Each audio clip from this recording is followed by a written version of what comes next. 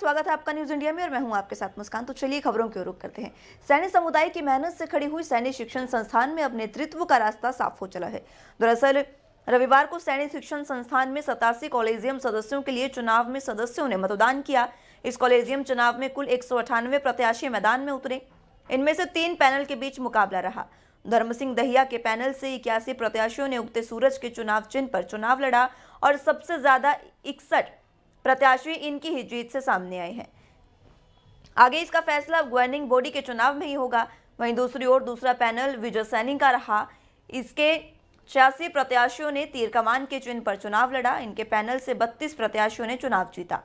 वहीं तीसरे पैनल पर देवेंद्र सैनी के 22 प्रत्याशियों में से 5 ही प्रत्याशी जीतकर सामने आए हैं। वहीं बिना पैनल के मैदान में उतरे 9 प्रत्याशियों में से 2 ही जीत पाए हैं। सहायक पोस्ट मास्टर जनरल रिटायर्ड जिन्हें चुनाव अधिकारी सैनिक शिक्षण संस्थाओं में चुनाव कराने के लिए नियुक्त किया गया था।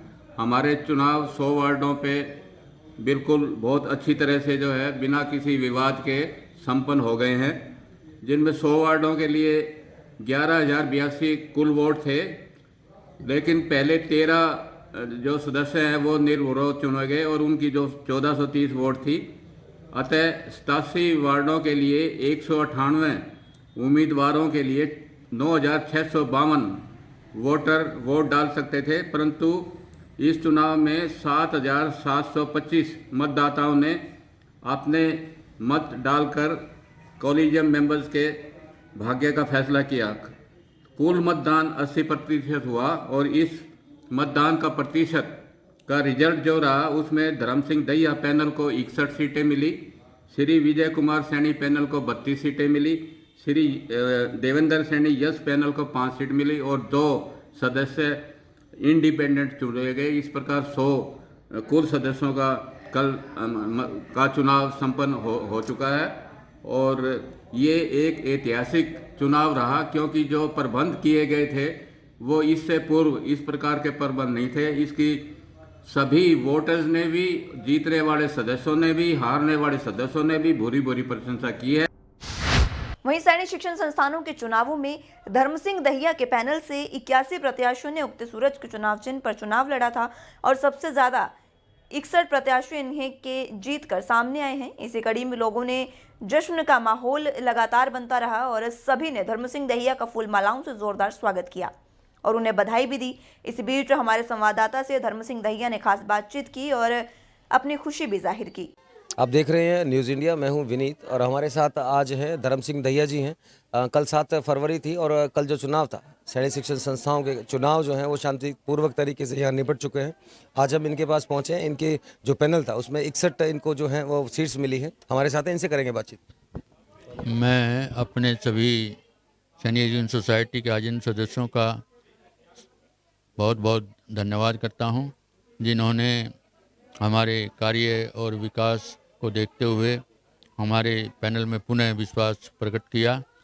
कल हमारा संस्था का चुनाव बहुत ही शांतिपूर्ण संपन्न हुआ, जिसमें 80% पोलिंग हुई और हमारे पैनल से 61 आजीवन सदस्यों द्वारा कॉलेजियम सदस्य चुनकर हमें दिए गए। इसके अतिरिक्त 32 सदस्य विजय पैनल को, 5 यस पैनल को और 2 आज़ाद उम्मीदवार चुनकर आए हैं। अभी हमारे जितने भी 100 कॉलेजियम सदस्य चुनकर आए हैं सभी पैनलों से, उनके द्वारा 21 फरवरी को गवर्निंग बॉडी का चुनाव किया जाएगा, जिसके लिए कल दिनांक 9 फरवरी से नॉमिनेशन प्रक्रिया आरंभ हो जाएगी और 21 तारीख को प्रधान, उप प्रधान, सेक्रेटरी, असिस्टेंट सेक्रेटरी और कैशियर का चुनाव किया जाएगा। मैं अपने सैनिक समाज के सभी आजीवन सदस्यों और हमारे जितने भी समर्थक थे, कार्यकर्ता थे, उन सभी का हमारी को भारी बहुमतों से विजय दिलाने के लिए धन्यवाद करता हूं। न्यूज़ इंडिया का भी बहुत बहुत धन्यवाद है कि इन्होंने भी हमारे पूरा सहयोग दिया। इसके अतिरिक्त हमारे पुलिस प्रशासन, एडमिनिस्ट्रेशन आदि सभी ने हमें सहयोग दिया, तो हम उनका भी बहुत बहुत धन्यवाद करते हैं। वहीं जिले में दूसरी बार कोरोना को लेकर मेगा वैक्सीनेशन ड्राइव चलाई गई। इसके तहत स्वास्थ्य विभाग ने टीका लगाने के लिए जिले में 20 सेशन साइट बनाई थी। इस साइट पर 1750 फ्रंटलाइन और हेल्थ वर्कर को टीका लगाने का लक्ष्य रखा गया। ड्राइव की शुरुआत सुबह 8:30 बजे से हुई और शाम 5 बजे तक चली, जिसके तहत आज नगर निगम आयुक्त प्रदीप गोदारा के निर्देश पर रोहतक में कार्यरत सहायक सफाई निरीक्षक कृष्णलाल, संदीप राठी, सुमित फोगाट और सुशील ने रोहतक शहरवासियों को संदेश देने के लिए सबसे पहले आगे बढ़कर कोरोना वैक्सीन लगवाई। यही टीम कोरोना के दौरान रोहतक के लोगों को कोरोना से बचाने के लिए सैनिटाइजेशन के काम में भी दिन रात आगे रही थी। वहीं सफाई कर्मचारियों को प्रोत्साहित करने के लिए एक निजी कंपनी के मैनेजर संदीप खत्री ने भी कोरोना वैक्सीनेशन करवाया। वहीं रोहतक में पंडित भगवत दयाल शर्मा स्वास्थ्य विज्ञान विश्वविद्यालय के चौधरी रणबीर सिंह ओपीडी में न्यूरोलॉजी विभाग द्वारा सोमवार को अंतर्राष्ट्रीय मिर्गी दिवस मनाया गया। इस मौके पर मुख्य अतिथि के तौर पर IMH के CEO कम निदेशक डॉक्टर राजीव गुप्ता मौजूद रहे। वहीं विशिष्ट अतिथि के तौर पर डॉक्टर SC नरूला भी शामिल हुए। कार्यक्रम में आने पर न्यूरोलॉजी विभागाध्यक्ष डॉक्टर किरण बाला ने सभी का स्वागत किया।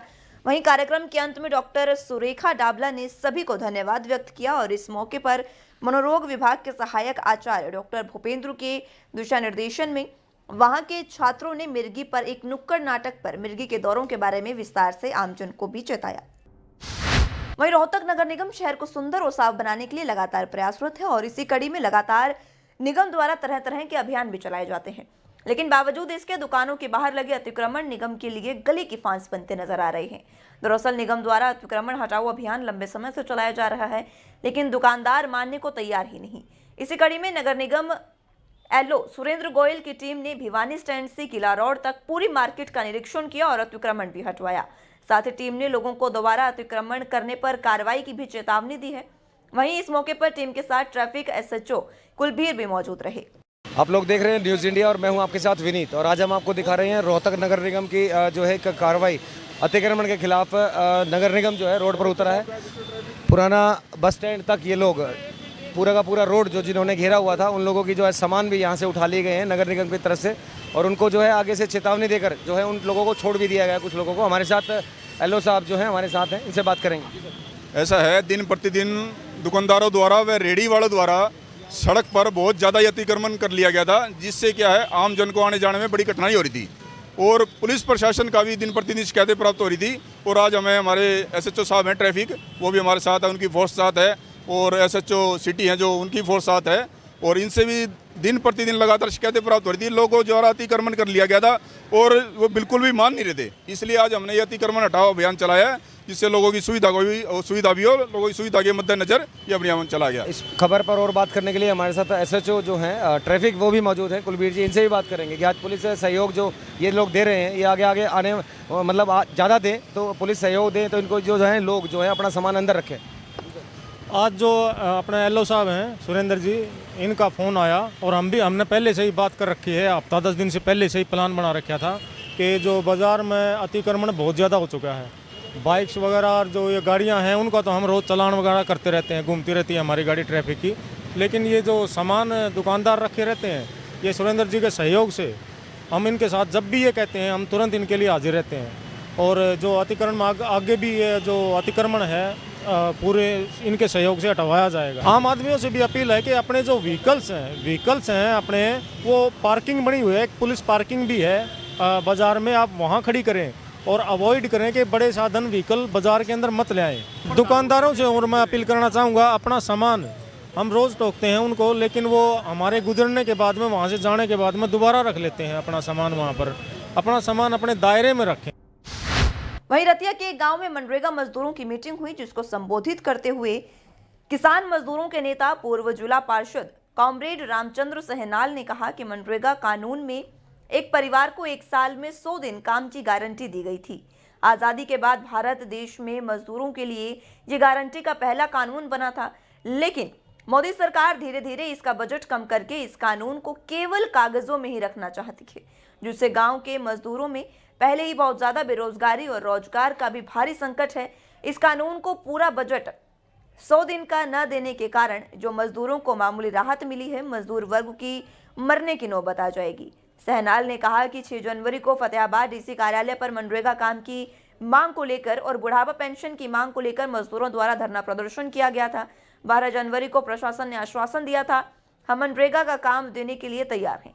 वहीं बुढ़ापा पेंशन भी 6 फरवरी को मेडिकल बोर्ड के तहत मेडिकल करवाएंगे। लेकिन सच्चाई यह है कि आज 20 दिन बीत जाने के बावजूद भी जिन गांवों में मजदूरों ने काम मांगा था, अभी तक भी उन्हें काम नहीं मिल पाया है। वहीं हरियाणा छात्र यूनियन के अध्यक्ष रवि कुमार ने एक बार फिर से प्रेस कॉन्फ्रेंस की और प्रेस कॉन्फ्रेंस को संबोधित करते हुए उन्होंने कहा कि संयुक्त मोर्चा के आह्वान पर 6 फरवरी को पूरे देश भर में चक्का जाम किया गया था, जो कि पूरी तरह सफल रहा। उन्होंने चक्का जाम में शामिल हुए विभिन्न संगठनों का धन्यवाद भी किया और कहा कि सरकार तानाशाही नीति अपना रही है। सरकार अपने अड़ियल नीति के चलते किसान को डराना चाहती है, लेकिन किसान अब डरने वाला नहीं।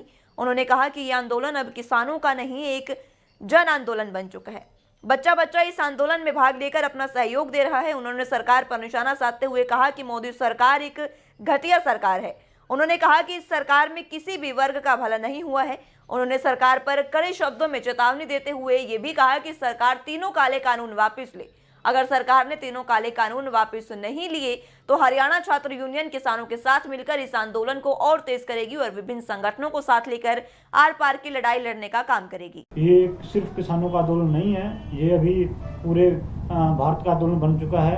किसान, मजदूर, हर एक कम्युनिटी इसको समर्थन दे रही है। अब तो ये पूरे अंतर्राष्ट्रीय लेवल तक ये आंदोलन फैल चुका है, इसलिए इस आंदोलन को वापस ले लेना चाहिए और किसानों को उन्हें घर वापस भेज देना चाहिए, ताकि किसान जो ठंड में लगातार बॉर्डरों पर बैठकर अपनी जान गंवा रहे हैं, शहीद हो रहे हैं, उनके हर एक परिवार को मुआवजा भी दिया जाए। फिलहाल के लिए इतना ही। आप जुड़े रहिए न्यूज़ इंडिया के साथ। नमस्कार।